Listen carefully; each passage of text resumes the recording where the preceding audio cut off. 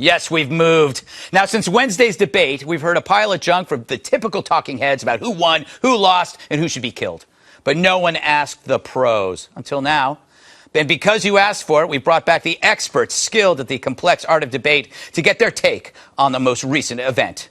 Please welcome members of the New York City Urban Debate League. We got Fady, Ayesha, Chase, and Alexa. I want to go to you first, Chase, because before we started, you said that ponies are better than unicorns. How can you say that? Well, ponies sound much better. And on reality TV shows, do you hear a young man or woman say, "I want a unicorn"? No, you hear them say, "I want a blue pony," and we're gonna name that blue pony Blue Pony. Wow, I never thought of that. Interesting. Did you tie your own bow tie? Yeah, if Velcro counts as tying your own tie, then I tied my own tie. Oh, well done, well done. All right, Fady, let's talk about the debate. Who do you think won and why?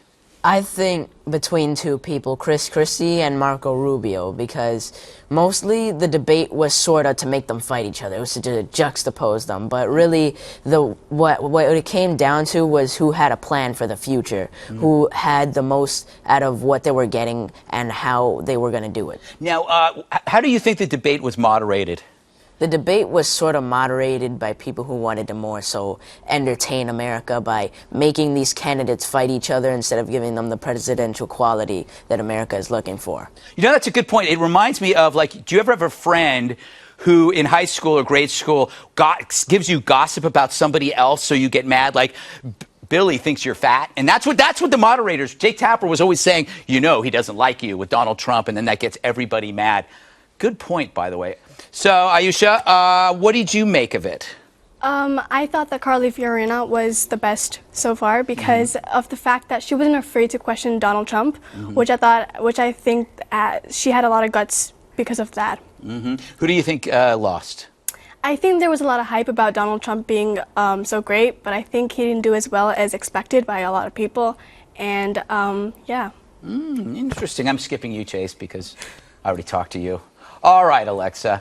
What did you think of Carly, first of all? Carly, I think she did an excellent job because she knew really what she was talking about. She had a plan for every one of the questions she brought up, and she also talked about it's really for the voters to decide.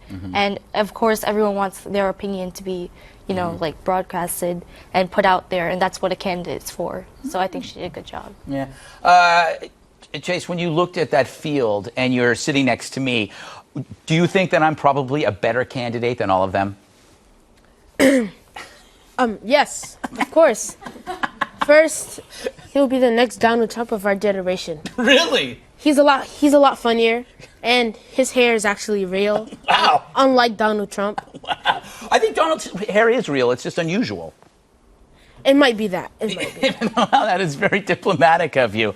All right, Fady, what did you feel about the length of the debate? Was it too long? People are complaining that it was too long.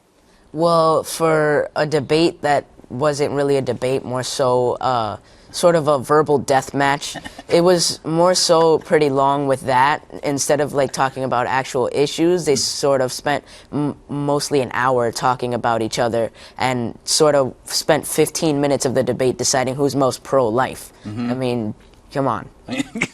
Ayesha, do you ever use any of your debate techniques on your teachers in order to get out of homework?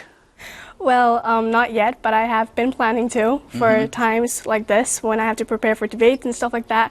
So there are times when I have to put off homework and then focus on debate, times where I have to do homework and not focus on debate. So yeah, I do plan on using it.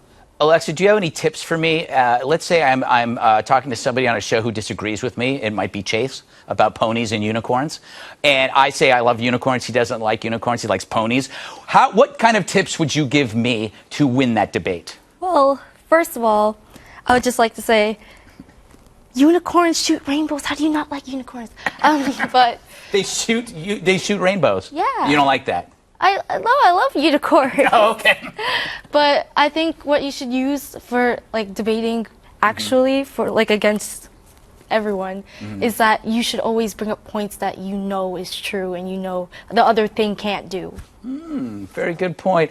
Last question to you, Chase, because you, for some reason, you missed last time, so you get an extra question.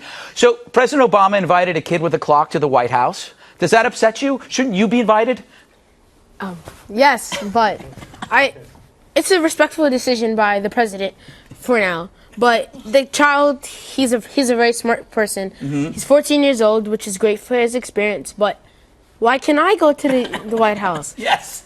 Even though I can't make a homemade clock out of just wood, it's okay. I can still make a grilled cheese. That's fantastic. You know what? I would prefer a grilled cheese sandwich than a clock that looks kind of explosive. All right. Thanks, you guys and girls. You did a great job, as always. And I'll see you after the next debate, which I think is on the Democrats next time.